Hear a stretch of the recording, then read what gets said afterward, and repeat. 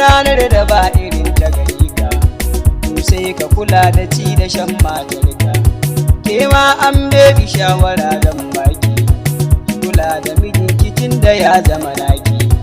Komai in ya so ki yi shi karki yaki, da ango ya shigo ki ɓoye abinki, ki ɗebi ruwa ki je ki ba shi alaki.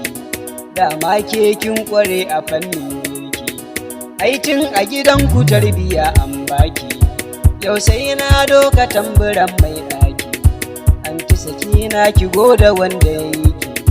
Mama ga amarya jinjina na yi miki, addu'a ta rabbana ya ja kwananki.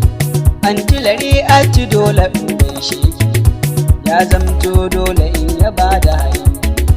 Dangi na amarya jinjina na yi muku, yau na doka tambura a bikinku. Abokan ango jinjina na yi muku, yayyan ango a dole in gaishe ku. Kannan ango kuma ina gaishe ku, dangi gun ango dole ne na kira ku. Dangi na amarya jinjina na yi muku, kanne na amarya dole ne na kira ku.